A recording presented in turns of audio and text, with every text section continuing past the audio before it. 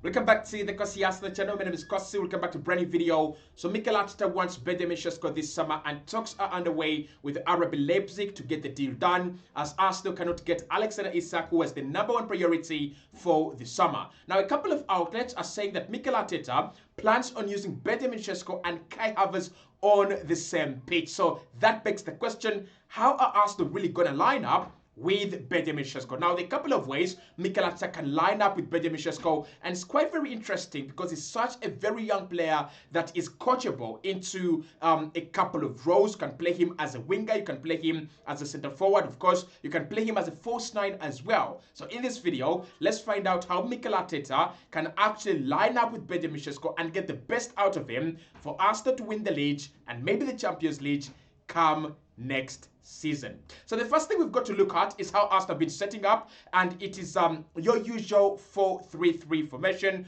with Kai Havas, Gabriel Martinelli and Saka leading the line. That is how Arsenal have been lining up if no injuries are considered, and of course the midfield remains the same with Rice, Odegaard and Partey. This time I've switched Thomas Partey with Martin Zubimendi. We know that Martin Zubimendi is going to be signing for Arsenal, and I believe, in my opinion, I believe that we're going to see Martin Zubimendi really take care of this area of the pitch instead of Thomas Partey next campaign. Now, I won't be surprised, and you should be surprised as well, if the signings of Benjamin Shesco and Martin Zubimendi are actually linked. I told you before that Arsenal signed Martin Zubimendi as a trigger, as a solution to the attacking problems the team has. And although he's going to be playing as a defensive midfielder, there is a big chance and a very big possibility that Mikel Arteta is looking at Martin Zubimendi as one of the players that can help Arsenal in terms of progressing the ball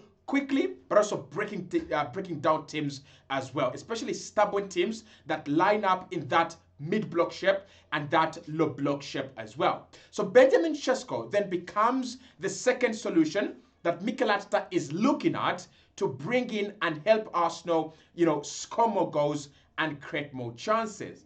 The first way Arsenal can line up with Benjamin Shesco is obviously in this 4-3-3 shape, replacing him with Kai Havas. That's the first way, and the easy way anyone is going to think about.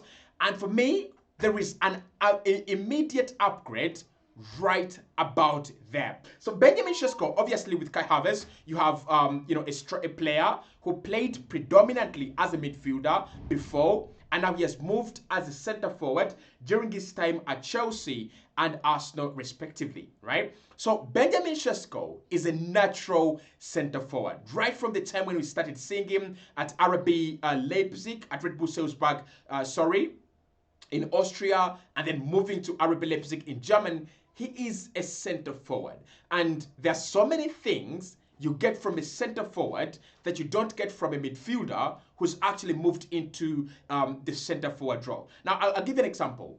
Mika Marino has done very well in terms of, giving us that box presence, giving us that centre forward play. But Mika Marino can never be Victor Gyökeres. Mikel Merino can never be an Olivier Giroud. Mikel Merino will never be Erling Haaland. He will never be that kind of player because as a midfielder, there's some instinctive moves and there's some instinctive runs that only a centre forward can make. And Mikel Merino is never going to make those runs. And Kai Havertz as well is never going to make those runs as well. So when you have a player like Benjamin Shesco right here, the first thing that I'm going to love about this, and you're going to love about this, is how direct Arsenal can go in terms of creativity. Of course, you're going to have Odegaard push-up and you're going to have Declan Rice push-up because of the presence of Martin Zubimendi. And that's why I've told you that Martin Zubimendi is directly linked with the signing of Benjamin Shesco. So because you have a player like Martin Zubimendi who is very great at playing horizontally like this. So if the ball is on this side, then you can have Martin Zubimendi come over here.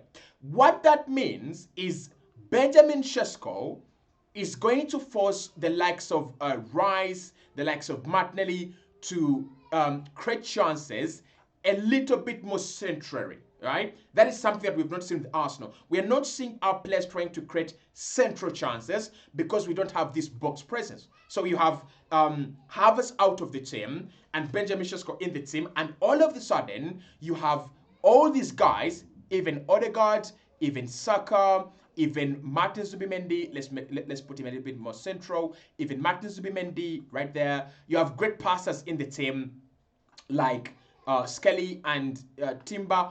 All of these guys are now going to have that option just to pass the ball a little bit more centrally, just to try and find the run of Benjamin Shesco. You can see how already Arsenal have become better in terms of breaking down teams, right? Now, the thing with Kai Havas and why this doesn't happen a lot of the time, I'm gonna show you this, is this. Havas playing at center forward doesn't make this run, right? He doesn't make this forward run. And you don't blame him. He's a midfielder, honestly. He's naturally going to be triggered to move inside, right? And we have seen Kai Havas do a lot of work, even Mikel Merino as well. They do a lot of work in terms of this Arsenal team. Instead of going forward, they actually drop deep. And they pick up the ball, and when he picks up the ball, he's either going to pass it into Gabriel Martinelli or he's going to pass it into Saka, which is not something bad, right? This is not something bad because we've already talked about the importance of having such a player in a Mikel Arteta system before, right? We know what a player does for a Mikel Arteta system. But what the disadvantage to this is, you slow down the way you can, it doesn't allow you to break down teams in the middle. And Arsenal have had this problem a lot in this area of the pitch when a team comes and just, draws a line there and they put so many players on this line. Arsenal really struggle to break down this team. So with a player like Benjamin Shesco, it becomes easier for you to have a player that's going to have these direct runs, and then you're going to have piercing balls through to find him. It's as simple as that. Arsenal simply become better by signing a player like Benjamin Shesco and have him replace Kai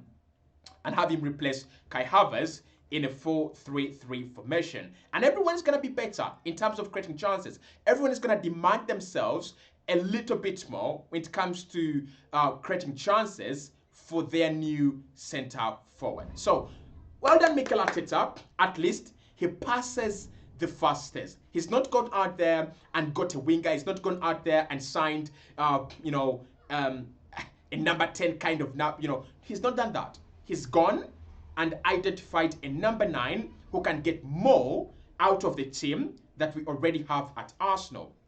The second way Arsenal can line up with Benjamin Shesco is in a 4-4-2, and this has been rumored a lot, right? So in a 4-4-2 formation, you'd have Rice and Zubimendi playing as your pivots. Of course, you'd have a player like Martinelli sacrificed. So you have Benjamin Shesco and Kai Havas as your 2 center forwards, and you'd have Odegaard maybe just limping a little bit to the left-hand side, and of course Saka to the right-hand side. Of course, you have Rice always pushing up, and you have Zubimendi always pushing up. And of course, all these Arsenal players are always in support when Arsenal are in possession. That much we know. All these players are always in possession and in support. That's why Arsenal have got a very, very good field tilt when it comes to, games. So the advantage or disadvantages with this are this. One, the advantage is you would have so many options in the penalty area. Arsenal need this. Arsenal really need this. We need to have as many options in the penalty area. That is something that Arsenal can do to increase our goals, right? So we've been asking ourselves the question, how do Arsenal increase goals? How do we score more goals? Well, that is one way.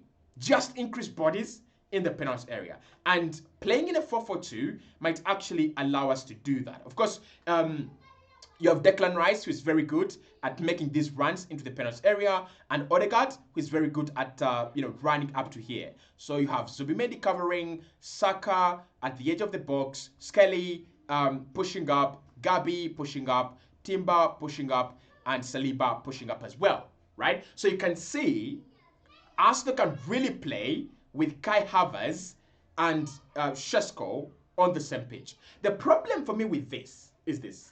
You'd have to sacrifice either your left winger, your Martin Odegaard, your creative midfielder, or you have to sacrifice somewhere. Would I sacrifice Trossard or Martinelli? Yes. But if Arsenal signed a player, let's say Nico Williams, would you then be open to sacrificing Nico Williams in order for you to play Shesco and Havas? No, I wouldn't. But it's very possible because of the profiles of these players. Let's first get these players back in shape. Saliba returns back, Timber returns back as well, and Lewis Skelly. And then Zubimendi, Rice, and Odegaard. Okay. So you have Havas, Shesco right here, and Saka right there.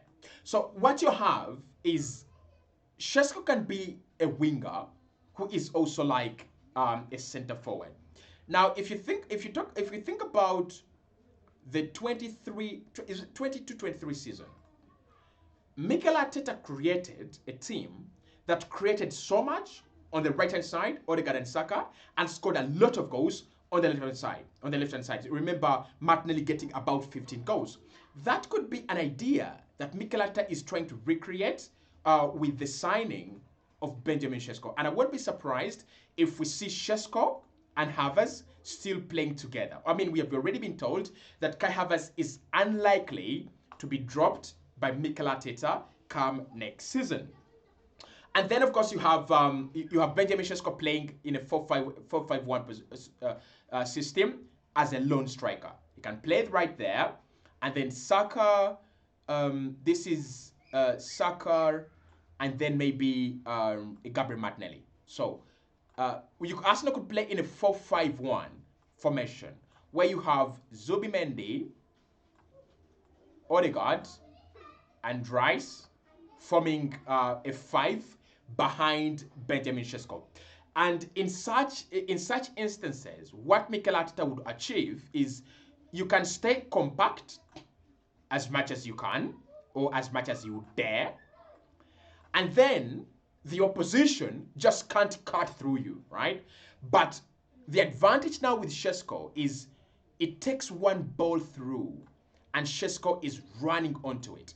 It could be a ball from Odegaard, it could be a ball from Saliba, it could be a ball from David Raya. You know, you're sitting deep, right? You're under pressure, you're sitting deep, and then one ball and Benjamin Shesco is on his bike. He can't be our Mo Salah, honestly. He can't be Arsenal's Mo Salah. I'm not comparing him to Mo Salah. I'm just saying if Arsenal used him the right way, I won't be surprised if he becomes that player that, you know, Arsenal just have to play one ball through, right? We don't have to struggle so much to break down teams. We just play one ball through and he is on his bike. He can also play on the left-hand side, on the attack, if you wish him to do that. Just Benjamin Shesco on the left. And of course, that means that you can play a player like Gabriel Jesus. So let's get Gabriel Jesus. Let's just create a Gabriel Jesus right here. So let's say you have Gabriel Jesus in the middle. Shesco can play on the left-hand side. And then you can have Saka on the right-hand side, right? It could be like this. So he's so flexible. He's a fluid player. You can also play him on the right-hand side. Let's say you take out Saka, the way he got injured.